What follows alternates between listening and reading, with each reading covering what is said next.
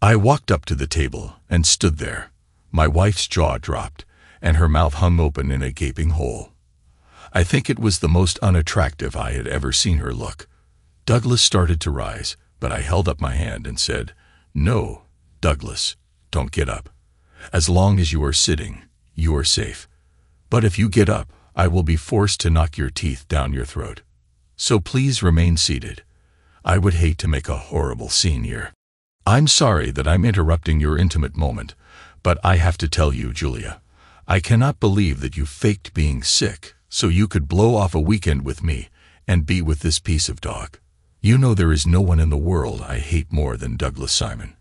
But to come here, to our special place, the place where we met, the place where I asked you to be my wife, and the place where we had so many happy times, that is really something else.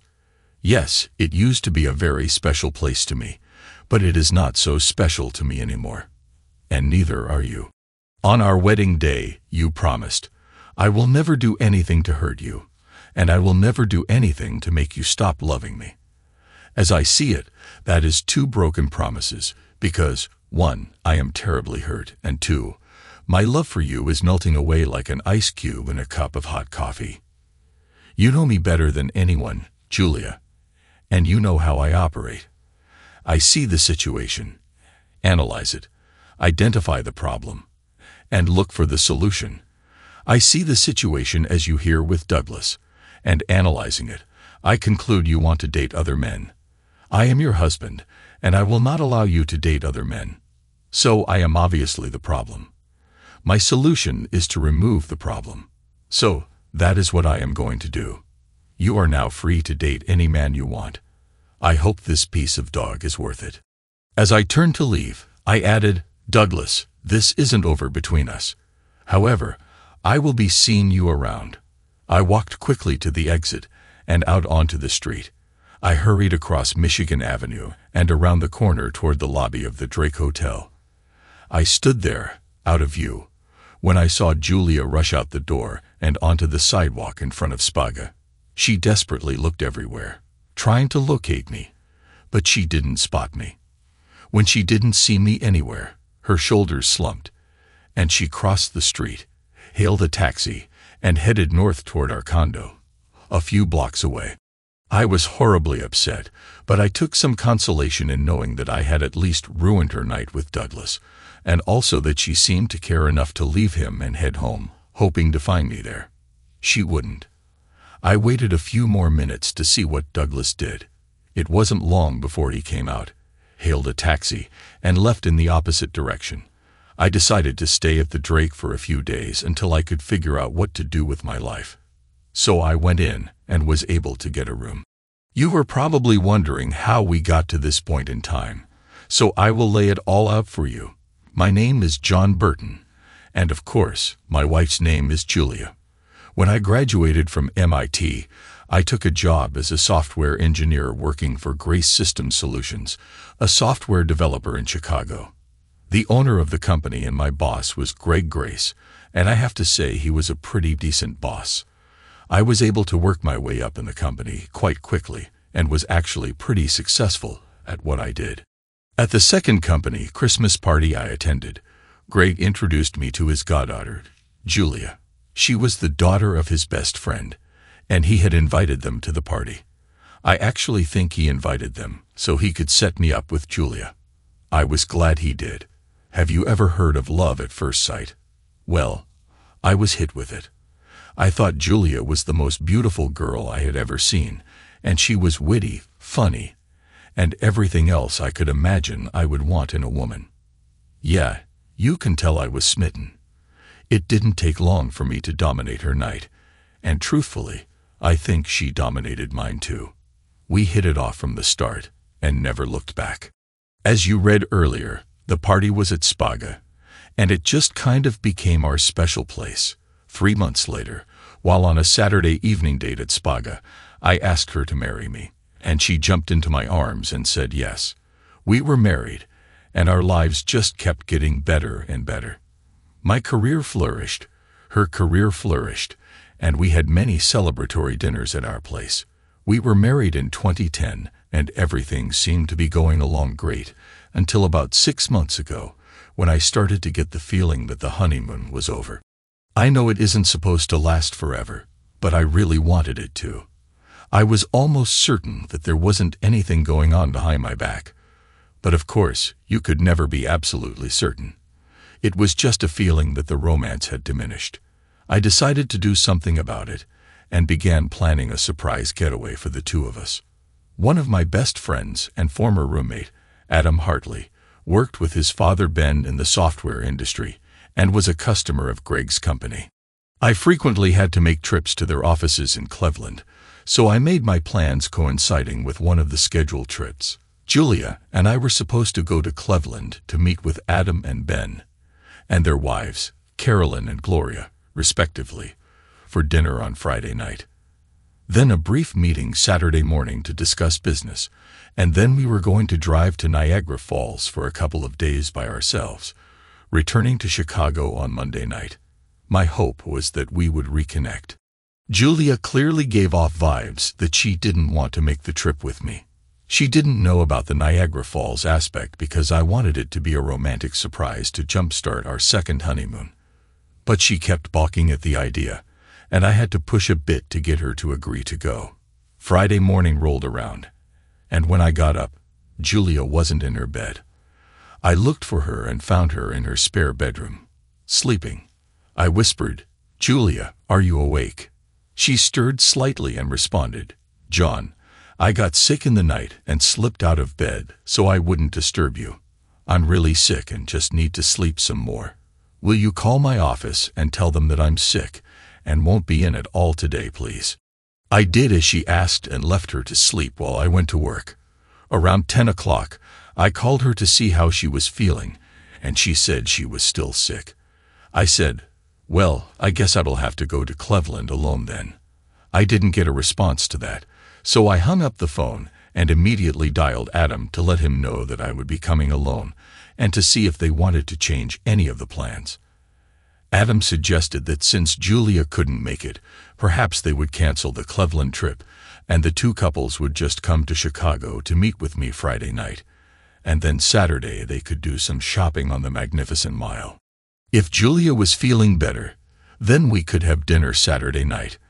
I thought it was a wonderful idea, so I told them that I would make reservations for them at the Drake Hotel and would meet them across the street at Spaga for dinner at 6 p.m. I called and canceled my flight, my hotel room in Cleveland, and all of the arrangements I had made for a car and for the hotel in Niagara Falls. I was disappointed, but what are you going to do? At 3 o'clock in the afternoon, I called Julia to see if she was feeling better and well enough that maybe she would join us for dinner, but I got a busy signal. And frankly, I forgot to call again because I was busy getting my presentation set up for Adam and Ben. Finally, at 5:30 p.m., as I was rushing out the door, I called again, but this time there was no answer, and it went to voicemail. I left her a message telling her what the plans were and took a taxi to Spaga to meet with the Hartleys. We were having a cocktail at our table before our meal when all of a sudden, Adam got a funny look on his face and said, "John, I'm sorry, but this is going to upset you a great deal. Julia just walked into the restaurant and joined another man. He's sitting behind you and to your left against the wall. I'm so sorry, John." I slowly turned in my chair so I could see her, and there she was with another man. I used that term loosely because it wasn't really a man. It was Douglas Simon. I hate him and always will. To make that long story short, I will simply tell you that he was engaged to my sister Barbara and literally left her standing at the altar. He finally showed up 2 days later at her door to tell her he just didn't want to get married. 3 weeks later, we saw his marriage license to another woman in the paper and a birth announcement 5 months after that. Bard was crushed, and even though I feel she is better off without the cheating a hole, she has never quite gotten over the whole thing. So now you know why I call him that, and why I hate him. Anyway, back to the present. To say I was shocked would be a gross understatement. I tried to say a few words, but just stammered. I could see the shocked looks on everyone's faces and knew they felt sympathy for me. When I could finally speak, I said, "Well, isn't that something? Obviously, I'm not going to be able to continue this evening with you.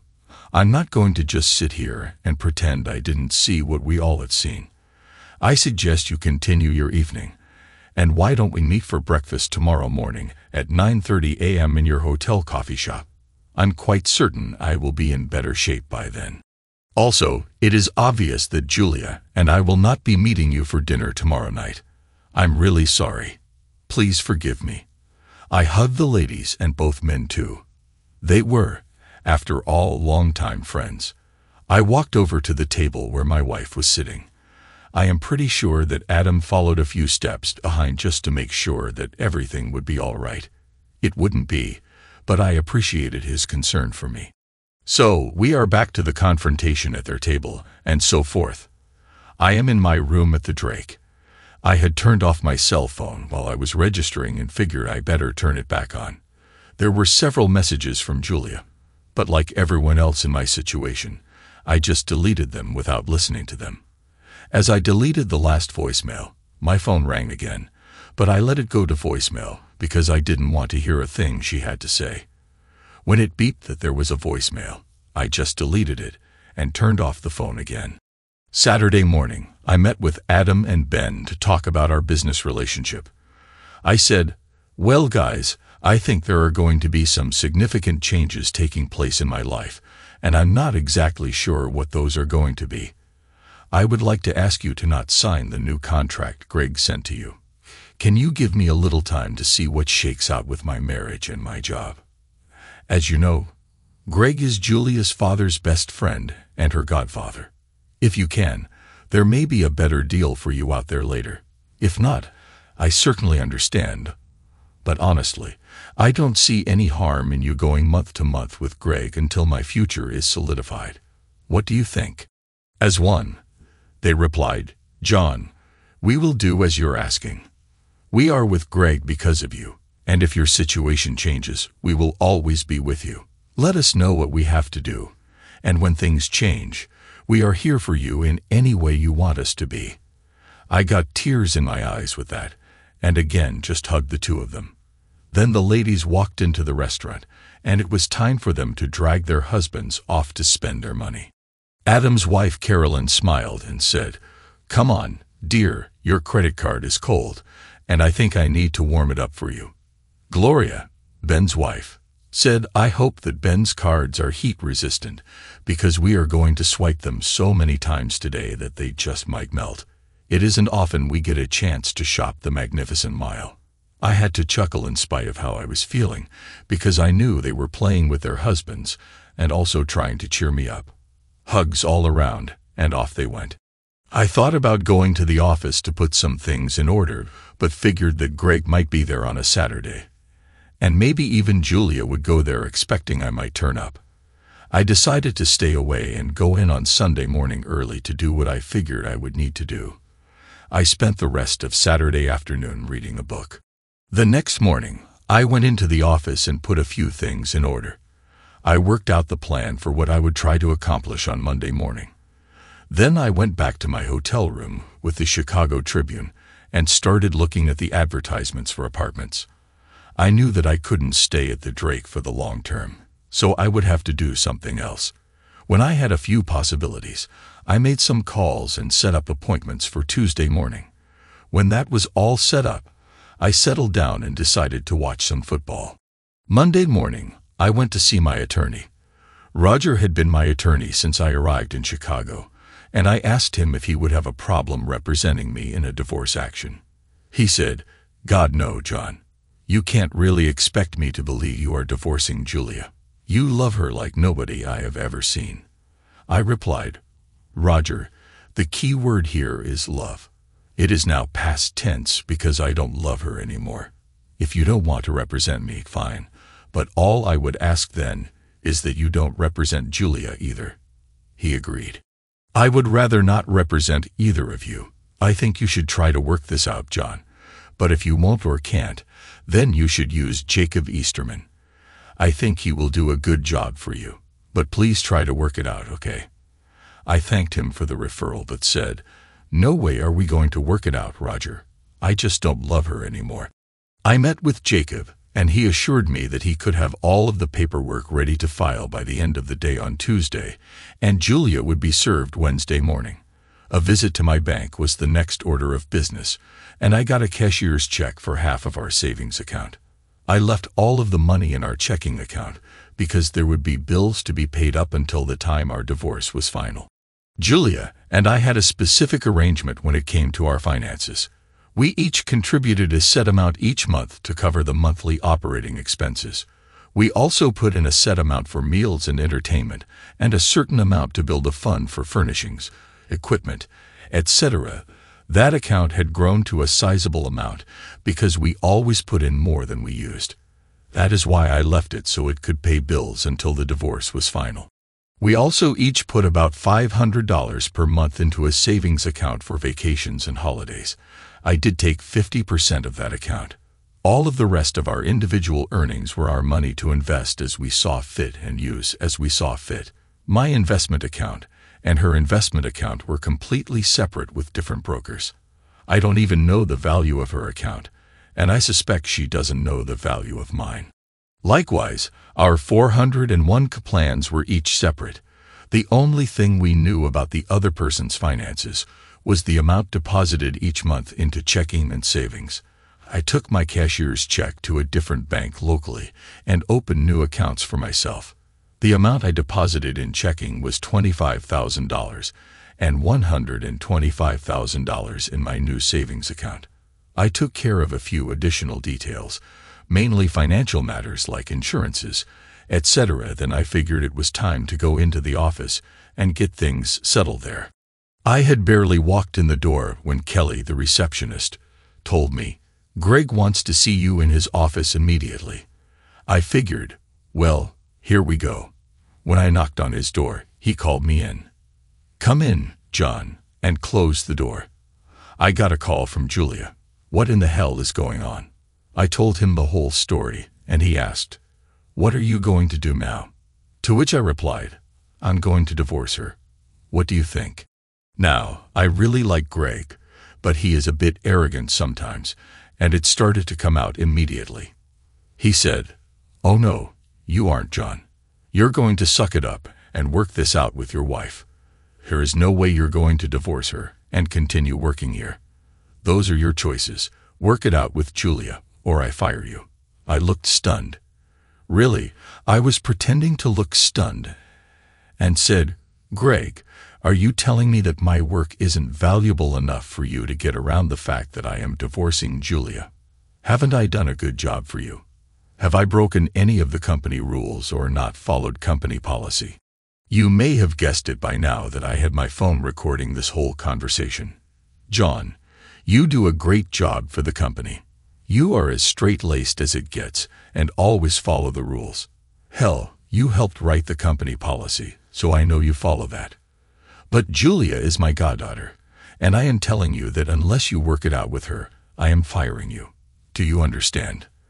I knew he was just trying to pressure me, but I was going to turn the tables and put the pressure on him.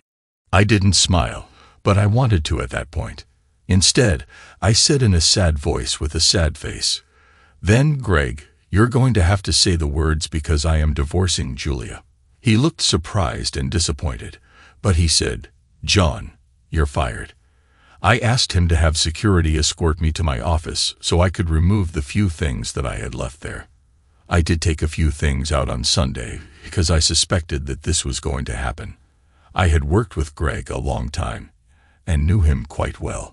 When I got to my office, or should I say former office, there were only a few things I wanted, so I packed them in a small box I had gotten from the storage room. As I was about to leave the office, Greg said to me, "John, what about this picture?" It was a picture of Julia and me on our wedding day. She was beautiful in her wedding gown, and I have to admit I didn't look too shabby in my tuxedo either. A sadness overtook me for a moment, and I felt tears well up in my eyes. I said, "Oh yes, I always did love that frame."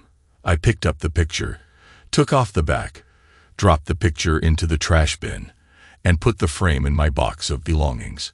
When I turned to walk out the door, there stood Julia. She looked shocked, and tears were streaming down her face. Obviously, she had seen me discard the wedding picture and felt the ramifications of me doing that. She asked in a very subdued voice, "Johnny, can we talk?" I only slowed down and halted my exit slightly to respond. "There is nothing to talk about, Julia. You already cheated on me. You broke both promises you made to me on our wedding day. You hurt me so bad, it broke my heart, and you did something that made me stop loving you. It has been said many times before, you can't unbreak a heart. What is left? Do you really think I will be able to get over you cheating on me? You know how much I hate Douglas after what he did to Bard, and you were cheating on me with him. Surely you can't expect that we can still make it as husband and wife. No, Julia, there is nothing else to talk about." I continued walking out the door of my job and out the door of Julia's life. I called Adam Harley and told him that Julia and I were divorcing, and that I had been fired from Grace Systems Solutions because of it. I told him that I was working on a new system security program that would be head and shoulders above what Grace was now offering, but that I needed a couple of months to get it in condition to implement it. For the last 2 years, Greg had not allowed me to program as part of my job, preferring to have me do system maintenance projects and all customer service and relations issues. Because of that, I had been writing code in my personal time, and I have it almost finished. Had I not gotten fired, I was going to pitch it to Greg after he had a chance to see the improvements over his current program. But now I will be free to market it on my own. Adam said, "I would have to check with Dad before my answer could be final, but I am quite certain we would be willing to give you a few months to finalize it, and then, based upon our evaluation, we could implement it here." I was able to move out of the hotel in 4 days into a very nice apartment, and though the monthly rent was rather high, I had the reserves to make it work for a few months. After the move, I spent 10 to 12 hours a day writing and testing code. I knew that I could have it ready for market soon, but I was driven to finish it and move on with my life. During this time, Julia was served divorce papers. She called me numerous times wanting to talk it through. I listened to all of her voice messages, but there was nothing that I felt the necessity to talk to her about. She told me, "Johnny, I admit I probably would have slept with Douglas if you hadn't stepped in, but I never did. I don't know what I was thinking, but I love you. Will you please call me?" She said, "Johnny, I love you. I don't want a divorce. Please call me." She said, "Johnny, can't you find a way to forgive me and stay married to me?" She said, "Johnny, I miss you." I was sick of it, so I called Jacob and asked him to please contact Julia's attorney and tell him I would be seeking a restraining order if she didn't stop. Soon thereafter, I got a message from Julia. "Johnny, I love you and want with all my heart to put an end to this and spend the rest of my life loving you. I can't believe you want a restraining order against me, but if you need to do it, go ahead. This will be my last message to you. I want you more than life itself, but the ball is now in your court. I am sorry I hurt you so badly that you wouldn't even talk to me. I love you, honey. Call me anytime you want." True to her word, I got no further voicemails or texts or anything. The effect wasn't quite what I expected because it kind of put a final stroke to our marriage, even if we weren't divorced yet. It really did make me sad. 3 weeks flew by as I was working on my programs for many hours each day.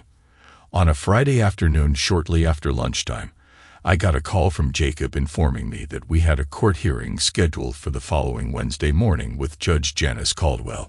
He said that was not good news because she had the reputation of being totally against divorce and put everyone through the hoops before ever granting one, if she granted it at all.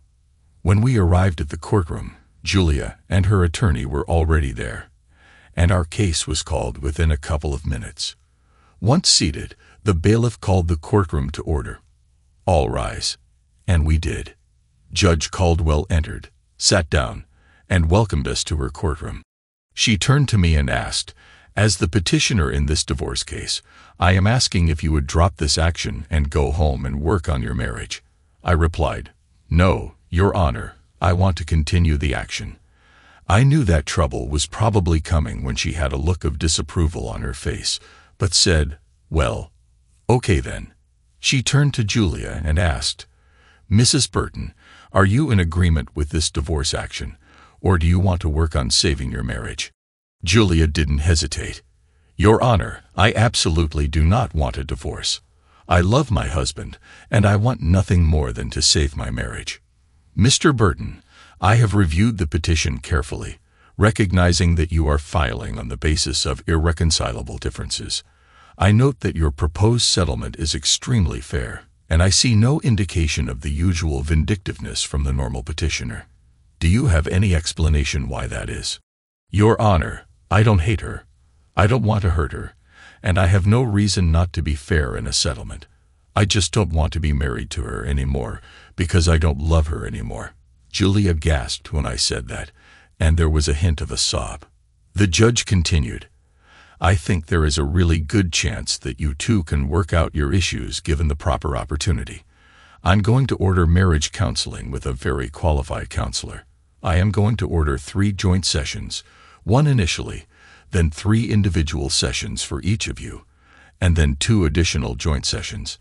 The only exception to this ruling is if the counselor informs the court that there is no hope of saving this marriage. So ordered." She struck her gavel, bam, and called, "Next case." I wanted to protest, but Jacob held my arm and said, "John, just go to the first session and see if you change your mind. If not, make it perfectly clear to the counselor that you want out and see where it goes from there." Counseling was a disaster. Julia cried, apologized, and begged for me to stop the divorce and work on our marriage. The counselor listened to me, but didn't seem too sympathetic to my desire to end the marriage. He asked, "John, why don't you tell me why you won't consider working on your marriage?" "Dr. Graham, let me tell you a story, not fiction, but it would read like a fairy tale to many.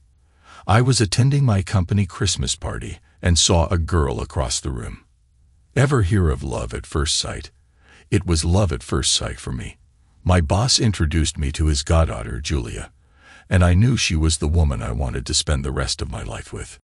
I glanced over at Julia, and she was smiling, not the sad and tearful woman of a few moments ago. She was perfect for me, and apparently I was perfect for her, because it wasn't long before we were deeply involved. 3 months later, I asked her to marry me. And after that, we didn't look back. I thought we were perfect. This time it was me that let out a small sigh. It was close to a sob, but it didn't quite get there. It was love at first sight, Mr. Graham. I didn't grow into it. It wasn't something that happened over time. It was instantaneous love at first sight. Does that give you any hints as to my psychological makeup? I would think it would. So if one can fall in love at first sight, it wouldn't be much of a stretch to fall out of love in an instant, would it? Julia was on a date with another man. She claimed she never had sex with him, and I actually believe her, but there is a very good chance she would have if I hadn't stepped in. She cheated on her marriage any way you want to look at it. A date with another man is cheating, and to add insult to injury, the man she was with was Douglas Simon, my worst enemy. It wasn't just any man. She knew of my hatred of Douglas. She knew the whole story about how Douglas hurt my sister Barbara, yet here was the man she chose to cheat with. To further insult me, she went with him to the most special place in our relationship, the place we met, the place where I asked her to marry me, the place where we spent many happy times together, and the place where I hoped we would celebrate her first pregnancy if that happened. The place where we would have celebrated the birth of our first child, and so on. When I saw her sit down with Douglas, saw him touch her face, saw them raise their glasses to each other in a toast, and saw the smile on her face, the love of my life cheating on me with my worst enemy, my heart tore open, and that love I had started leaking out. By the time I got to their table, my heart was half empty, and by the time I walked out the door of the restaurant, it was dead. No more love for this woman who had been my life. All the love had leaked out. So now you see, Doc, why I don't want to be married to her anymore. There's no love left, and I don't want to be in a marriage when I don't love her. I cannot be any more plain than that, can I? Julia was openly crying by this time, and I felt bad for her, but it didn't change my resolve. I didn't love her anymore, and I wanted out of the marriage. I turned to her and said, "Julia, I am sorry. I don't want to hurt you, but can't you see my point? You wouldn't want to be married to me if I don't love you, and I don't." Dr. Graham said, "Well, our time is up for today, but I think we have gotten everything out on the table at this time, and I feel confident that we can make some further strides with the individual counseling. I have high hopes that we will be able to reconnect you two. I am going to recommend to the judge that these sessions should continue." At this point, I was livid. After everything I just told you, there is no chance in hell that I am attending further counseling sessions. You must be ignorant if you still feel there is a chance for this marriage to survive.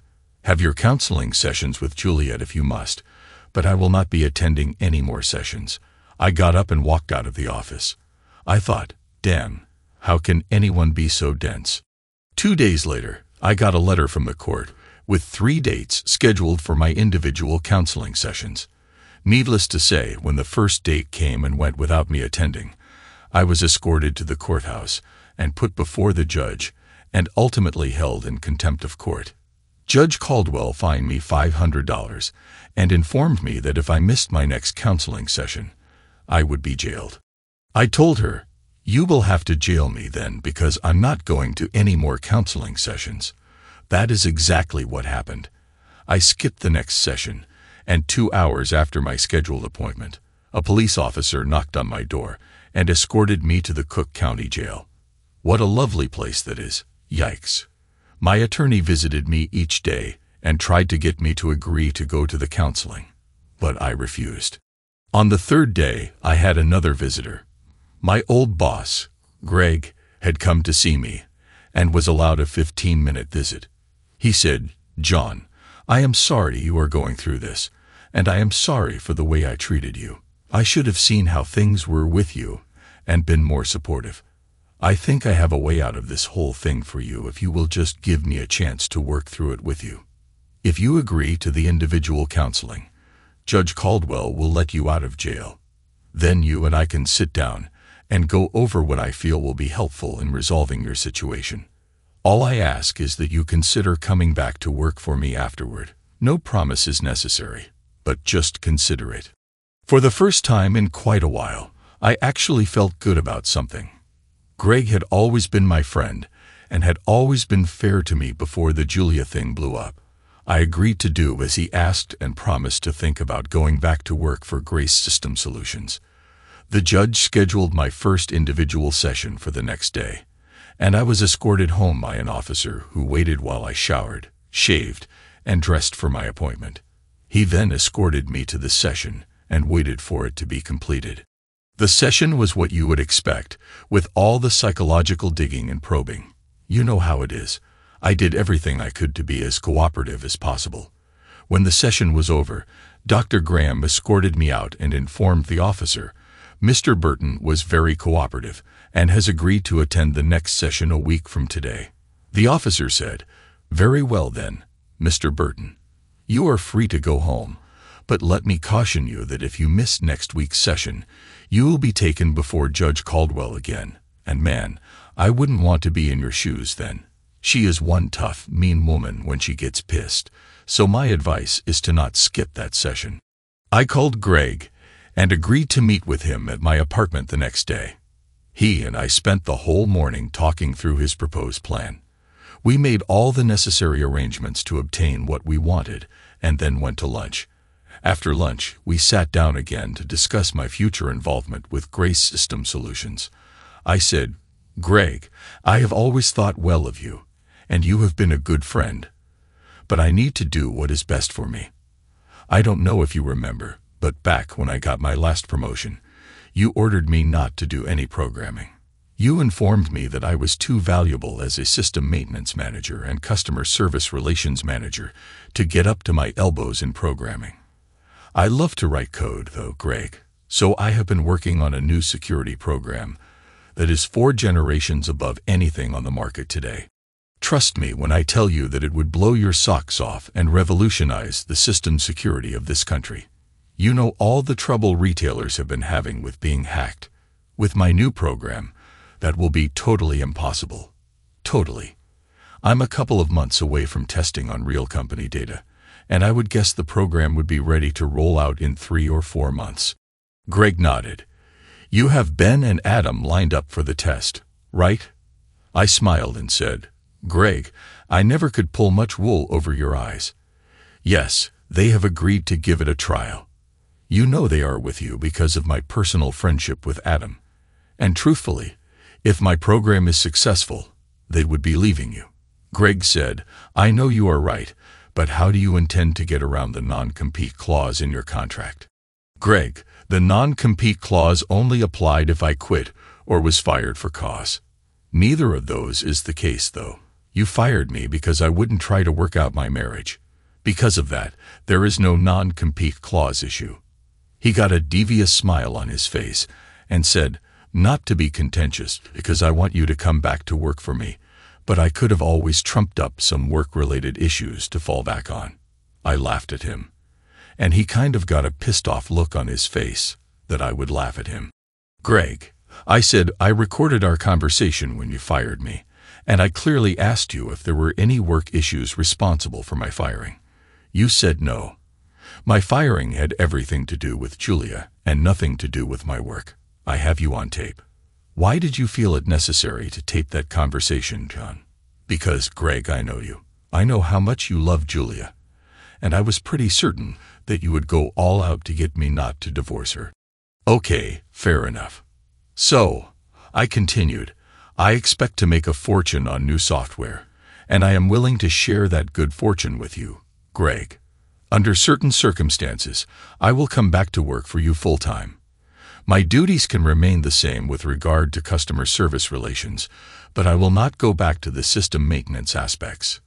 You will have to hire a manager to take that over, and that manager should report to me because it is going to be so closely aligned to the new program. Assuming you get on board with it, and I have every reason to believe you will be ecstatic with it, the remainder of my time, say about 40%, will be spent on program development. Even though I will be working full-time for you and getting paid to develop my program and future programs, the exclusive ownership of said programs will rest with me. In exchange for those conditions, I will grant you an exclusive license to market my programs with a fixed royalty percentage payable to me. I know this is pretty brassy of me, Greg, but after you see what I am working on, you will be happy with this deal.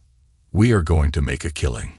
Greg, a true businessman, said, I agree to all the terms of this proposal, and will have our corporate attorney contact you to write up the deal. You understand, though, that if I feel it isn't working as expected, I would still have the option of letting you go. I would like you to modify the royalty percentage to a reasonably higher number in the event that happens. My next scheduled counseling session came and went without me attending. True to his warning, the officer knocked on my door and dragged me to the courthouse, this time in cuffs. He smirked. I warned you, buddy. This time your bum is grass. When Judge Caldwell, came into the courtroom, I detected 2 or 3 shades of bright red in her face, smoke coming out of her nostrils, and fire shooting out of her eyes. Yeah, as predicted, she was pissed. Well, Mr. Burton, it seems you have done it again. I find you in contempt of court and hereby sentence you to 30 days in jail. Julia was present, though I don't know why. With an outburst, she said, No, Your Honor, please don't do that to John. I withdraw my objections to his request for a divorce. Please grant it, and don't send him to jail again. I think spit flew out of her mouth when Judge Caldwell said, It's too late for that, honey. He is spending time in jail, period. At that time, I jumped up and yelled, Your Honor, I would like to approach the bench. She glared at me and spat. You are not allowed to address me directly. That is what you have an attorney for. I turned to Jacob and said, Jacob Easterman, you are fired. Now, Your Honor, I will be representing myself and wish to approach the bench. I approached, and so did Julia's attorney. What is it, Mr. Burton? Your Honor, I would like to request a short meeting in your chambers to put this whole case to rest. I believe if we have that meeting, everything will be resolved to everyone's satisfaction. Very well. Counselors will meet with me in my chambers in 10 minutes. I declare a short recess. Again, the gavel bam. When we gathered in her office, I requested that the meeting be off the record. She shook her head and was about to speak when I said, Your Honor, I have reason to believe that there are issues that neither you nor Julia's attorney would like on public record. So I once again asked that it be off the record. She looked at me long and hard, then nodded and asked the court recorder to leave the room. Very well, Mr. Burton, it's your show. Let's hear it.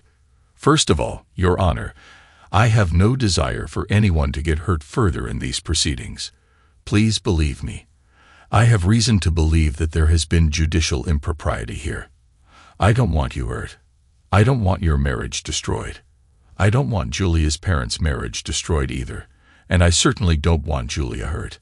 I don't love her anymore, and I don't want to be married to her anymore, but I don't want her world to fall apart either. As you might have already surmised, I have evidence of you having an affair with Julia's father that would dictate that you recuse yourself from this case. The evidence is irrefutable and rather explicit, I might add. I would present that evidence here to you in opposing counsel if necessary, but I don't want to do that. Further, if forced to do so, I would provide it for the Judicial Review Board, but I don't want to do that either. As I said, I don't want anyone hurt further. Julia would be devastated, and I don't know if your 2 marriages would survive. I just don't want to hurt anyone. I just want my divorce. I looked over at Julia's attorney to see if he would acknowledge his thoughts on the matter. What do you think? I asked. He looked at Judge Caldwell and said, Your Honor, I have always respected you because you refused to give up on marriages that had a chance to survive. You have been a real hard-ass in some cases. Excuse my bluntness, but I have always seen why you did it. Assuming that Mr. Burton's evidence indeed exists, I would be disappointed in you having an affair and further disappointed that you would not have recused yourself from this case. But like him, I wouldn't want you hurt. I believe you should grant him his divorce. Turning to me, he said, Mr. Burton, my only request of you is that you just sit down with Julia for a short time and let her talk to you. You told the counselor that your heart was broken, and I understand that, but know also that her heart is broken too. Just give her a few minutes of your time.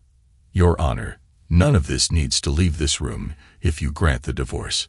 When we returned to the courtroom, she granted the divorce and agreed that the property settlement as presented was ordered.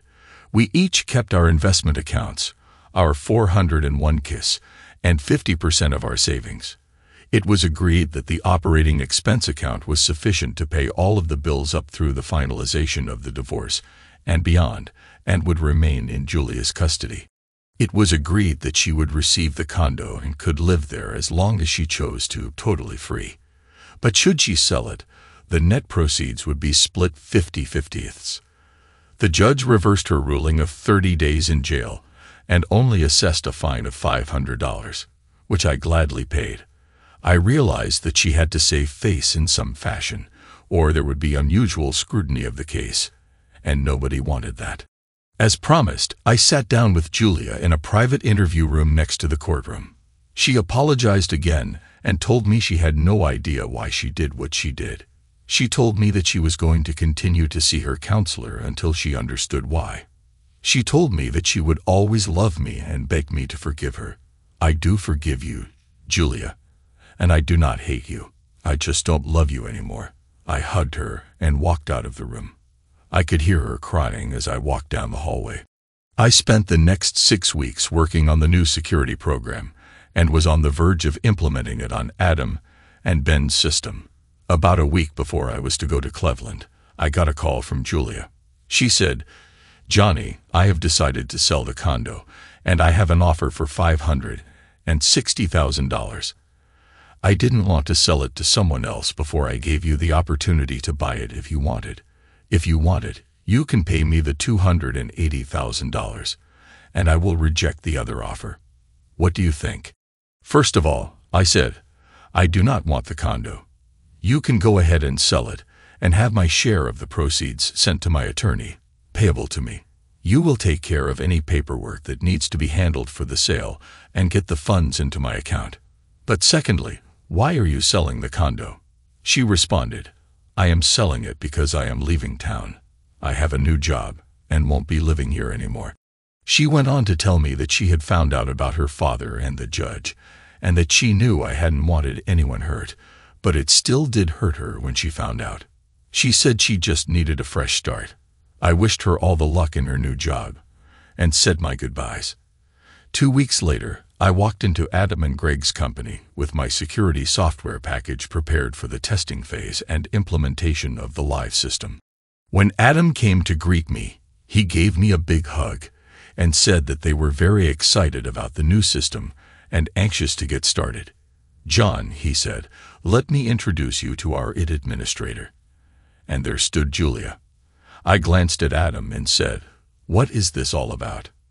He smiled and said, "Julia is our new IT administrator. I'm sure you know how talented she is, and I'm sure you will have no problem working with her to implement the new security package." I was a bit nonplussed, but I told him, I will need a computer workstation to work on a few things for the remainder of the day.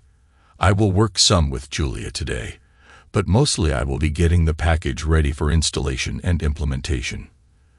The computer should have internet accessibility. I managed to settle myself down, and I have to tell you that the day was rather pleasant. I had always looked at Julia as witty, intelligent, humorous, beautiful, and fun to be with. None of those attributes had changed. Like I said, it was pleasant.